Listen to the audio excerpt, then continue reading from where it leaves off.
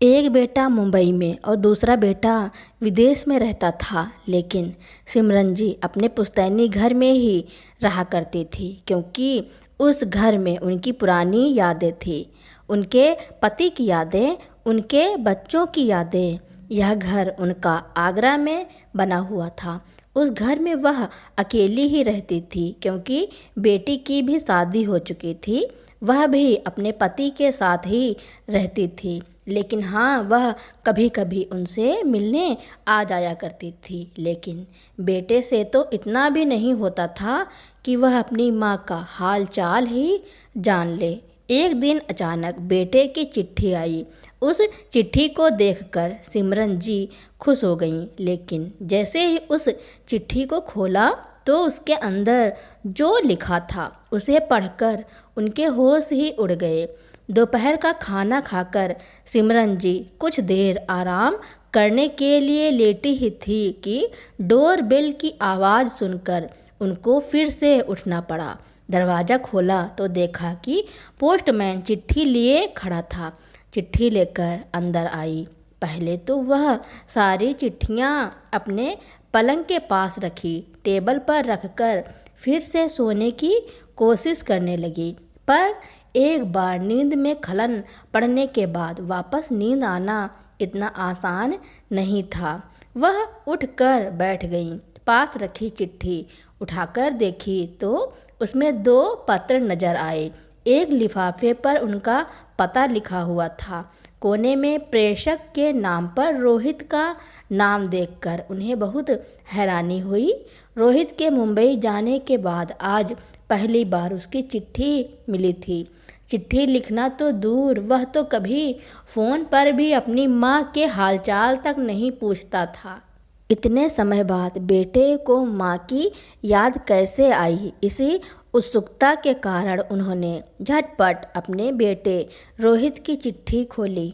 रोहित ने दो चार औपचारिक बातें लिखने के बाद अपनी चिट्ठी लिखने के मूल उद्देश्य पर आते हुए लिखा था, माँ, आपको यह जानकर खुशी होगी कि मेरा बिजनेस आजकल बहुत अच्छा चल रहा है और मुझे लगता है कि आगे भी इस क्षेत्र में बहुत स्कोप है। इसलिए मैं अपने बिजनेस को एक्सटेंड करना चाहता हूँ और इसके लिए मुझे एक बड़ी ऑफिस खरीदनी होगी। माँ, आप जानती हैं कि किसी भी मेट्रो सिटी में एक छोटी सी दुकान खरीदना भी कितना मुश्किल होता है।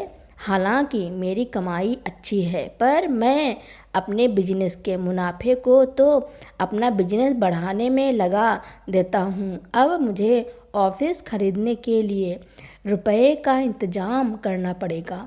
इसके लिए एक योजना मेरे दिमाग में आई है कि क्यों ना हम अपना आगरा का मकान बेचकर पैसे का इंतज़ाम करें। फ़िलहाल तो आप वहाँ रहती हैं, पर आपके बाद तो उस घर पर हम दोनों भाइयों का ही हक होगा। पर हमारा वहाँ वापस जाकर बसने का कोई इरादा नहीं है। वैसे तो आप जब तक चाहती वहाँ रहती, लेकिन मुझे ऐसी ज़रूरत आन पड़ी है तो अब यह घर मकान बेचना ही पड़ेगा। मैं इस बारे में राघव भैया से भी कनाडा बात की थी। उन्होंने तो साफ कह दिया कि उनकी भारत लौटने की कोई गुंजाइश नहीं है। वह कनाडा में ही अच्छी तरह सेटल हो चुके हैं और उनको किसी भी प्रॉपर्टी में कोई इंटरेस्ट नहीं है। इसलिए उन्होंने अपना हिस्सा भी मेरे नाम कानूनी तौर पर कर दिया है। इस तरह राघव भैया की ओर से तो हमें कोई प्रॉब्लम आने वाली नहीं है। अब बस सब कुछ आपको ही तय करना है। आप अकेली वहाँ रहकर क्या करेंगी? इससे बेहतर होगा कि आप हमारे पास ही शिफ्ट हो जाइए। वैसे भी आजकल आपकी तबीयत ठीक नहीं रहती है। ऐसी हालत में आपका वहाँ अकेले रहना बिल्कुल भी ठीक नहीं है। पिछली बार पापा के मृत्यु के समय मैं वहाँ आया था तो मेरी अपने पड़ोसी गुप्ता अंकल से इस बारे में बात हुई थी। वह हमारे मकान को खरीदने में काफ़ी इंटरेस्टेड हैं। इसके लिए वह काफ़ी अच्छी कीमत देने को तैयार हैं, क्योंकि यह मकान आपके नाम पर है, इसलिए सारे डॉक्यूमेंट पर आपके साइन होने हैं। मैं मुंबई में ही सारे डॉक्यूमेंट तैयार करवा दिया है, जिनको इस खत के साथ आपको भेज रहा हूँ। आप जहाँ निशान लगे हैं वहाँ साइन करके मुझे जल्दी ही सारे पेपर्स भेज दीजिए। मुझे पूरा विश्वास है कि आप इस बारे में कोई लापरवाही नहीं करेंगी और मुझे बिना देरी किए अपने साइन करके पेपर्स भेज देंगी। आपका बेटा रोहित। रोहित का खत पढ़कर हैरानी सी हो गई। कभी खत को तो कभी उसके भेजे डॉक्यूमेंट को देख रही थी, बिना उनके सलाह मशवरा किए। अपनी ओर से तो रोहित ने सब कुछ तय कर डाला था। गनीमत यह है मकान उनके नाम पर था, वरना वह तो शायद मकान का सौदा भी अपने आप ही करके उनको सूचित कर देता। रोहित को उनके अकेलेपन और सेहत की चिंता भी अभी अभी ही होने लगी थी, वरना पिछले वर्षों में वह कितनी बार उसको अपनी पत्नी और बच्चों के साथ कुछ समय अपने पास बिताने का आग्रह कर चुकी थी, लेकिन उसको कभी टाइम ही नहीं था। ना ही उसने कभी यह कहा कि माँ आप यहाँ आ जाओ। रोहित का खत खोलने से पहले उसका पत्र पाने का जो सुखद एहसास उनमें था, वह पत्र पढ़कर गुम हो गया। मन में एक अजीब सी कड़वाहट का एहसास हो रहा था। वह सोच रही थी कि आजकल की पीढ़ी कितनी खुशगर्ज और सिर्फ अपना ही फ़ायदा सोचने वाली हो गई है। हालांकि सीमा भी उनकी संतान है, पर रोहित ने उसकी संपत्ति में उसकी हिस्सेदारी को शायद जानबूझकर अनदेखा कर दिया था। रोहित का खत पढ़ने के बाद उन्होंने जो दूसरा खत उठाया तो उस पर लिखी सीमा के हाथ की लिखावट को पहचानने में वह कैसे भूल सकती हैं। वैसे भी सीमा से तो उनका पत्राचार चलता ही रहता है। सीमा ने क्या लिखा होगा, इस उत्साह से उन्होंने उसका खत भी खोला। सीमा ने लिखा था, पूज्य माँ, इस बार खत देने में देर हो गई, इसके लिए माफ़ी चाहती हूँ। आप जानती हैं कि नहीं, अस्पताल की व्यवस्थाओं में समय का पता ही नहीं चलता। माँ, जैसा कि मैंने बताया था, पुनीत और मैं मिलकर अपने अस्पताल के साथ एक नया अनाथालय खोलने की योजना बनाई थी, जहाँ बेसहारा और अनाथ बच्चों की देखभाल की जा सके। हमारे नए अनाथ आश्रम का निर्माण काफ़ी हद तक पूरा हो चुका है और अगर काम इसी रफ्तार से चलता रहा तो हम अगले महीने 30 सितंबर को इसका उद्घाटन करेंगे। इस मौके पर आपका यहाँ होना बहुत ज़रूरी है, इसलिए मैंने आपको अभी से खबर कर दी हूँ ताकि आप तैयारी कर सकें। अनाथ आश्रम का शुभारंभ आपके हाथों से ही होगा, इसलिए आपका ना आना बिल्कुल भी मंजूर नहीं होगा। माँ, पिछले 27 सालों में आपने मुझे जो प्यार, स्नेह और सहारा दिया, उसके लिए मैं आजीवन आपकी कर्जदार रहूँगी। आपने मुझे अपनाकर मुझ पर जो किया है उसके लिए मेरा मन आपके प्रति हमेशा एहसानमंद रहेगा। मेरी बहुत सालों से इच्छा थी कि मैं भी किसी अनाथ को सहारा दे सकूं, जैसे आपने मुझे दिया। जिस दिन आपके हाथों से अनाथ आश्रम का शुभारंभ होगा, वह दिन मेरे जीवन का सबसे खास दिन होगा। आपके 70वें जन्मदिन पर पुनीत और मेरी तरफ से यह एक छोटा सा उपहार है। अब तो बस हमें आपके आने का इंतज़ार है, कृपया निराश मत करिएगा। सीमा के खत के अपने पन्ने उन्हें अंदर तक भावुक कर दिया। उनके सामने एक पत्र था जिसमें सिर्फ अपने हक और अधिकारों की बात लिखी थी और दोनों बेटों की अच्छी से अच्छी परवरिश के लिए उन लोगों ने क्या कुछ नहीं किया। अच्छे से अच्छे स्कूल में भेजा, उनके जीवन में हर सुख सुविधा उपलब्ध करवाई कि हर माँ बाप का अपने बच्चों के प्रति फर्ज होता है। बेटों ने कभी अपने माता पिता की भावनाओं को महत्व नहीं दिया। दूसरी ओर सीमा का खत था। खत के हर शब्द में उसके प्रति उनकी श्रद्धा और आदर के भाव थे। सीमा ने उनको इतना सम्मान दिया था कि उसके पत्र को पढ़कर एक बार तो वह रोहित के खत से मिले दुख और दर्द को भी भूल गई। आज अपने अतीत के पन्ने पलटने का उनका बहुत मन हो रहा था। पिछले कुछ सालों में जीवन में कितना कुछ घट गया था। सीमा का आगमन उनके जीवन में अचानक से हुआ था। उन दिनों सरकारी अस्पताल में महिला रोग चिकित्सा के रूप में काम करती थी।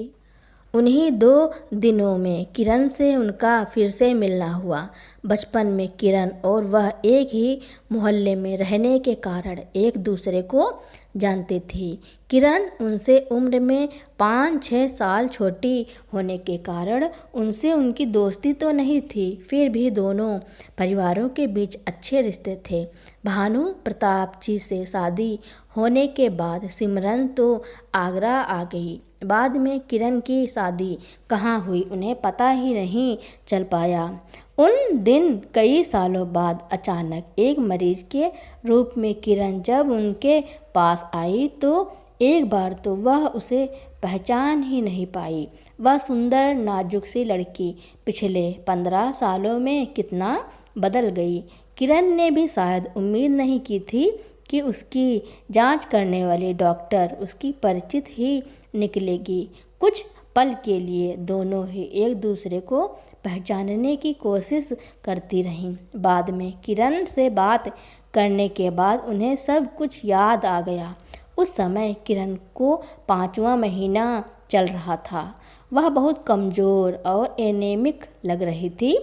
किरण से ही पता चला कि पिछले 5 सालों में 2 बेटियों को जन्म देने के अलावा इसका एक बार पाँव फिसलकर गिर जाने से ऑपरेशन हो चुका है।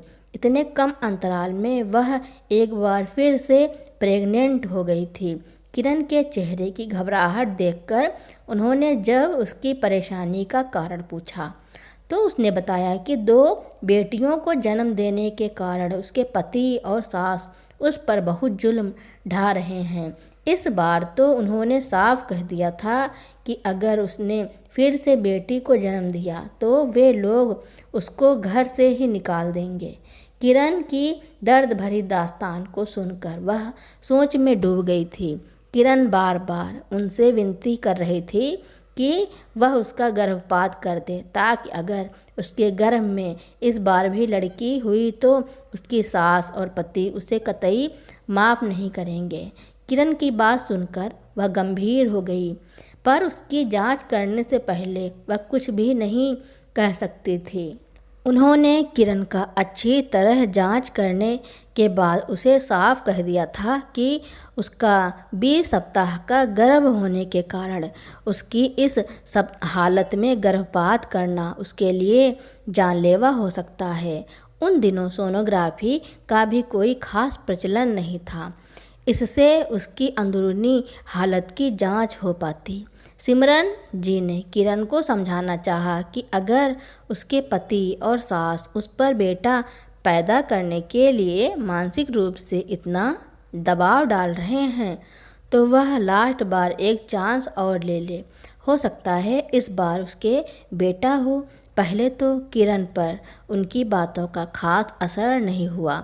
वह बार बार एक ही रट लगाए जा रही थी कि वह उसका ऑप्शन कर दे, पर जब उन्होंने उसकी बात को मानने से साफ इनकार कर दिया और उसे देर तक समझाया तो वह कुछ सहज हुई।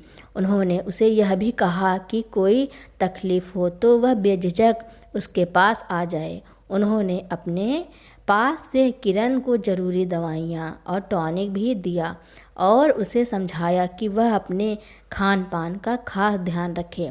उसके बाद किरण समय समय पर उसके पास जांच के लिए आती रही। किरण से धीरे धीरे उसके पारिवारिक हालात की जानकारी उन्हें मिलती रही।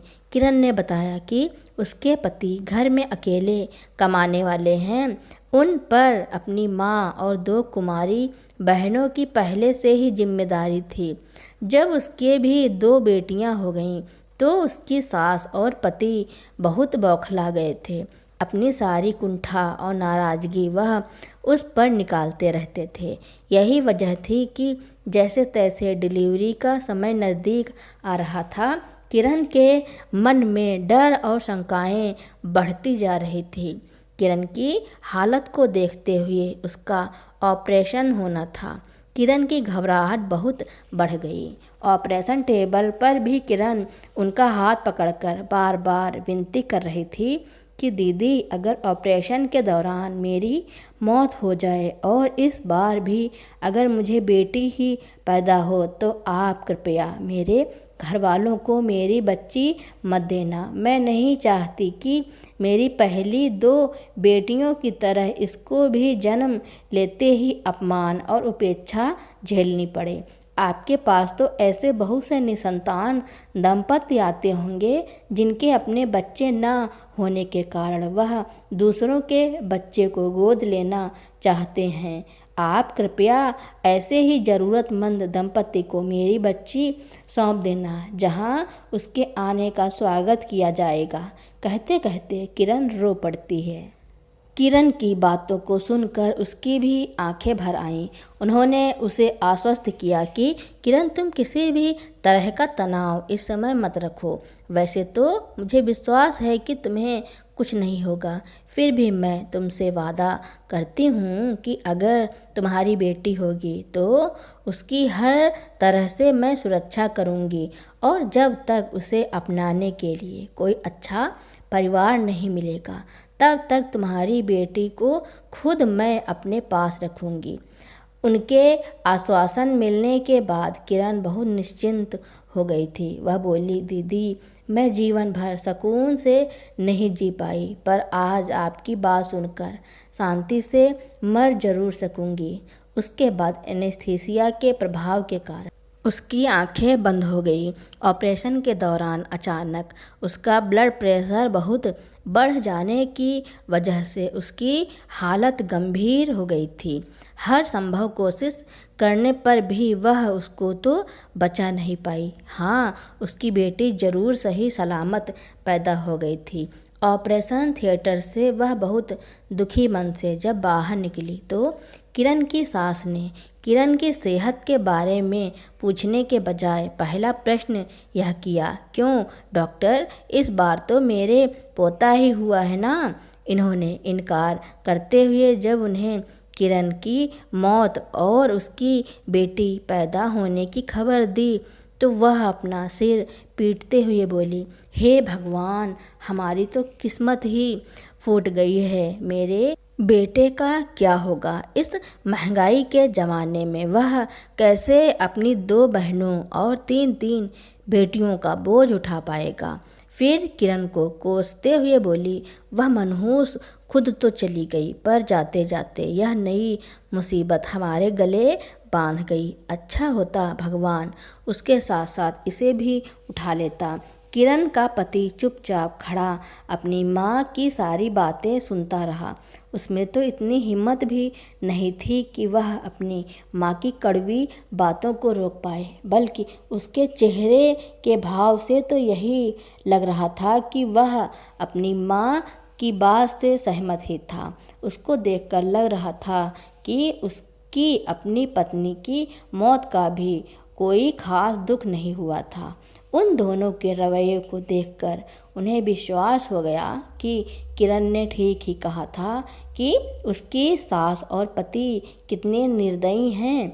वास्तव में उसकी बेटी को क्रूर हाथों में देना ठीक नहीं था, पर उसके लिए उसके पति से इजाज़त लेनी जरूरी थी। उन्होंने जब किरण की आखिरी इच्छा के बारे में उन लोगों को बताया तो जैसे उनको तो मुँह मांगी मुराद ही मिल गई। उसका पति 2-4 मिनट अपनी माँ से सलाह मशवरा करने के बाद तुरंत बोला, डॉक्टर, अगर किरण की भी आखिरी इच्छा यही थी और इस बच्ची को किसी अच्छे परिवार को गोद दिया जाए तो मुझे कोई ऐतराज़ नहीं है। मैं उसकी आखिरी इच्छा का अनादर नहीं करूँगा।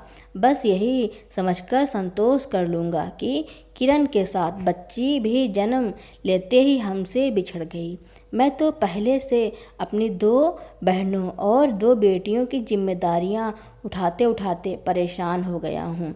अब फिर एक और बेटी का बोझ मैं नहीं उठा पाऊँगा।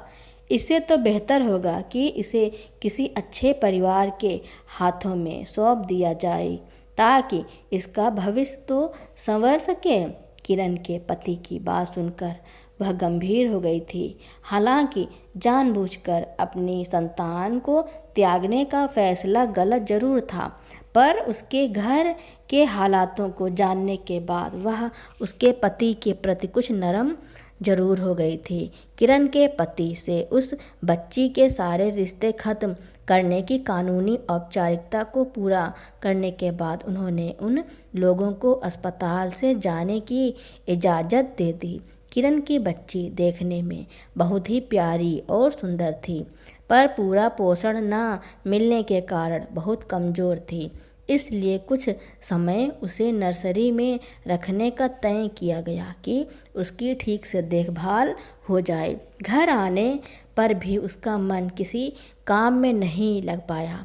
बार बार किरण और उसकी नवजात बच्ची की छवि उसकी आंखों के सामने घूम जाती है। जब तक उस बच्ची को किसी सही और सुरक्षित हाथों में नहीं सौंप देती, वह खुद भी निश्चिंत नहीं हो सकती थी। उसके पति ने उन्हें सोच में डूबी देख 1-2 बार टोका भी, पर उन्होंने अस्पताल की कोई प्रॉब्लम कहकर बात को टाल दी थी। दूसरे दिन जब वह हॉस्पिटल गई तो खुद ही उनके कदम उस नन्ही बच्ची को देखने नर्सरी की ओर उठ गए। उनको बच्ची के पास देखकर नर्सरी की कई नर्स बच्ची के पालने के इर्द गिर्द इकट्ठी हो गई। सबका यही कहना था, मैडम कितनी प्यारी और सुंदर बच्ची है, इसको तो कोई भी गोद ले लेगा।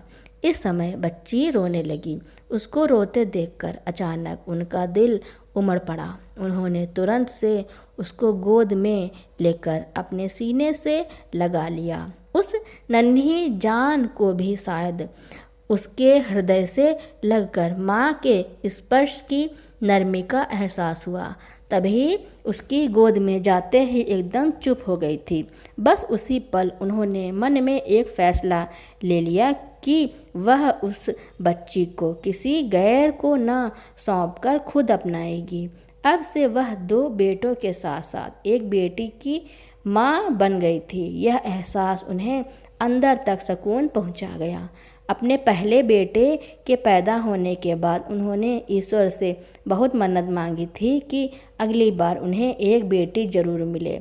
उस समय तो उनकी यह कामना पूरी नहीं हुई, पर आज अचानक ही ईश्वर ने उनकी कामना को जरूर पूरा कर दिया था और इस तरह सीमा उनके जीवन में आ गई। सीमा को अपनाने के उनके फैसले से शुरू में तो उनके पति भी सहमत नहीं थे। उन्होंने किरण जी को समझाना भी चाहा। सिमरन और रोहित और राघव भी बड़े हो गए हैं। मुझे नहीं लगता कि तुम्हारे इस फैसले को आसानी से स्वीकार कर पाएंगे। इतने सालों बाद हमारे प्यार और दुलार को और किसी तीसरे बच्चे के साथ आसानी से शेयर नहीं कर पाएंगे। फिर मुझे भी यह ठीक नहीं लगता कि तुम इतना बिजी होने के बावजूद इस उम्र में फिर से एक नवजात बच्ची की देखभाल ठीक से कर पाओगी। वैसे भी अस्पताल और घर गृहस्थी की जिम्मेदारी से तो तुम्हें समय नहीं मिलता।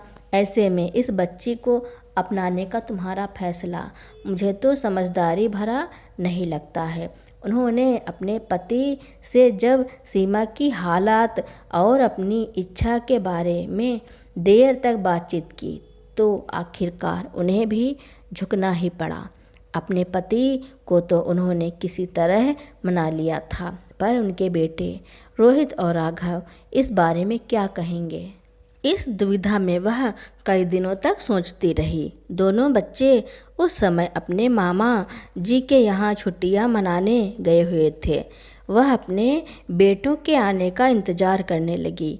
गर्मियों की छुट्टियाँ खत्म होने के बाद रोहित और राघव घर आए तो सीमा को देखकर शुरू शुरू में तो वह भी खुश हुए। वह उसके साथ खेलते, कभी उसको दूध पिलाने की कोशिश करते तो कभी उसकी नेपी बदलने में भी उन्हें बहुत मज़ा आता था। लेकिन समय के साथ साथ वह सीमा से चिढ़ने लगे थे। पर इस बच्ची के आने से सिमरन जी के जीवन को एक नया मकसद मिल गया था। हालांकि उसकी परवरिश में शुरू शुरू में उन्हें बहुत मुश्किलें आईं। सुबह हॉस्पिटल जाने के बाद बच्चों की देख रेख के लिए एक भरोसेमंद और कुशल आया का इंतजाम करने से लेकर उसके खाने पीने नहाने की चीज़ों को जुटाने में शुरू शुरू में तो उन्हें बहुत मेहनत करनी पड़ी। रोहित और राघव को बड़ा करने के बाद छोटे बच्चों की परवरिश की आदत छूट गई थी। फिर भी सूसू पॉटी से लेकर रातों को जागने का सिलसिला एक बार फिर से शुरू हो गया था। इसलिए कभी कभी उनके पति और उनके बेटे इस बात से उन पर झुंझलाते भी थे। पर थोड़े दिनों में अपनी नई जिम्मेदारियों की सिमरन जी को आदत पड़ गई। इसी बीच सीमा भी बड़ी हो रही थी। वह अपने दोनों भाइयों से इस अपनेपन की उम्मीद करती थी जो वह उनको देती थी, लेकिन वह तो उसे कभी मिला ही नहीं। सीमा को उन्होंने अच्छे स्कूल में डाल दिया। बचपन से ही सीमा पढ़ने में बहुत तेज थी। उनकी बहुत इच्छा थी कि उनके दोनों बेटों में से कोई एक तो उनकी तरह डॉक्टर बने। पर रोहित ने MBA में दाखिला लिया और राघव ने इंजीनियरिंग करने का फैसला किया। सीमा के आने से उनके दोनों बेटों की परवरिश में कहीं कोई कमी ना रह जाए, उनकी हमेशा यही कोशिश रहती और वह तीनों बच्चों को अच्छी से अच्छी परवरिश देने की कोशिश करती और सोचती कि समय के साथ उनके बेटे भी रिश्तों का मूल्य ज़रूर समझ जाएंगे। पर ऐसा हुआ नहीं।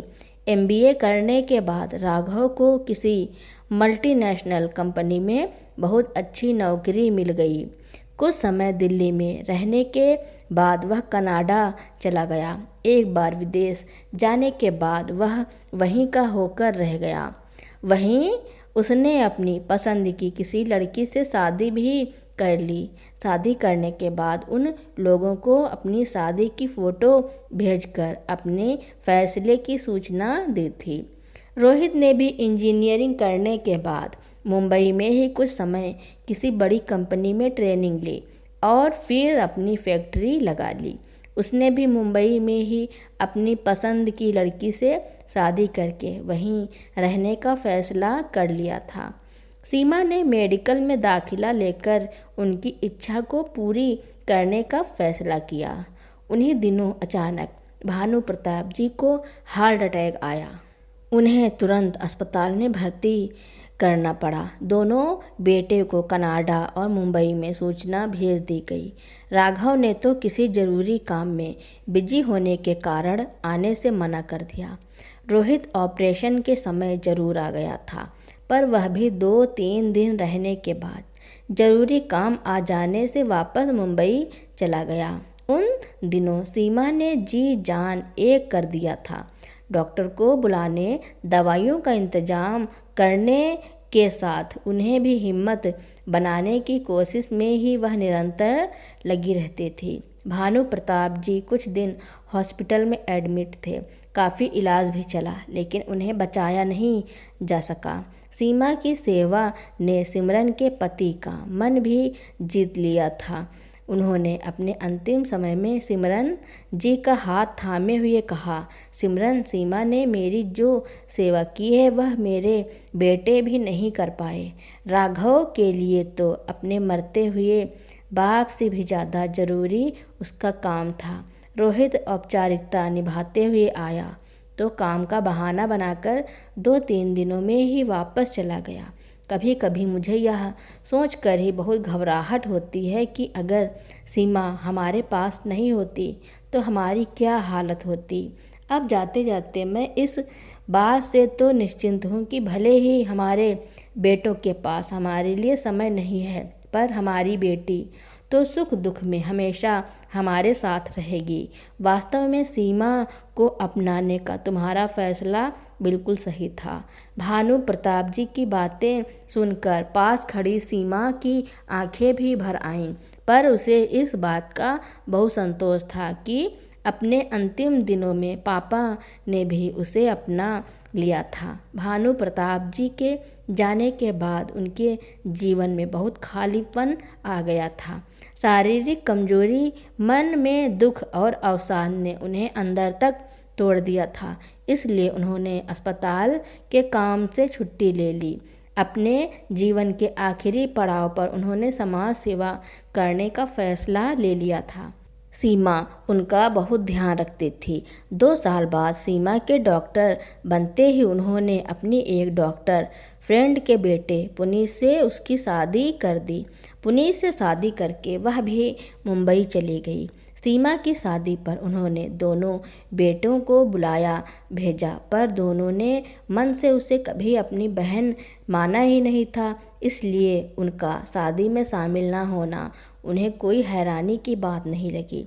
सीमा मुंबई जाने के बाद जब भी मौका मिलता महीने में एक बार चक्कर जरूर लगा लेती। बस जीवन इसी गति से चल रहा था। आज अचानक मिले रोहित और सीमा के खतों ने उनके साथ जीवन में फिर से एक हलचल मचा दी थी। दोनों ही खत मुंबई से आए थे, पर दोनों को लिखने के पीछे मकसद अलग थे। वह सोच रही थी कि रिश्ते के भी कितने रूप हैं। राघव और रोहित को भी उन्होंने जन्म दिया था, उनसे तो उनका खून का रिश्ता था। फिर भी दोनों बच्चों ने इस रिश्ते को कभी खास महत्व नहीं दिया, जबकि सीमा से तो उनका कोई खून का रिश्ता नहीं था। फिर भी वह उनके दिल के कितने नज़दीक थी। सीमा के व्यवहार में, बातों में उनके प्रति श्रद्धा और सम्मान था। यह बात उनके दिल तक छू गई थी। वह सोच रही थी कि लोग कहते हैं कि खून का रिश्ता ही सब कुछ होता है, पर उन्हें तो लगता है कि मन के रिश्ते से बड़ा कोई रिश्ता नहीं होता। सिमरन जी ने बेटे द्वारा भेजे मकान के पेपर्स पर एक सरसरी नज़र डाली और उनको फाड़कर पास रखे कूड़ेदान में फेंक दिया। फिर अपने वकील को फ़ोन किया कि मुझे यह मकान अपनी बेटी के नाम करना है। फ़ोन करके सिमरन जी का मन बहुत शांत लग रहा था। जब यह बात बेटे को पता चली तो उसे अपनी माँ के निर्णय पर बहुत हैरानी हुई कि मैं तो उनका सगा बेटा हूँ, लेकिन उन्होंने अपनी गोद ली हुई बेटी के नाम घर कर दिया है। लेकिन उसे यह नहीं पता कि खून के रिश्ते ही सब कुछ नहीं होते। दिल के रिश्ते खून के रिश्ते से कहीं बढ़कर होते हैं। तो दोस्तों, मेरी कहानी सुनने के लिए आपका बहुत बहुत धन्यवाद। ऐसी ही कहानियाँ सुनने के लिए मेरे चैनल को लाइक, कमेंट, शेयर, सब्सक्राइब एवं बेल आइकन का बटन दबाना ना भूलना, ताकि मेरी नई नई कहानियाँ आप तक पहले ही पहुँचती रहें।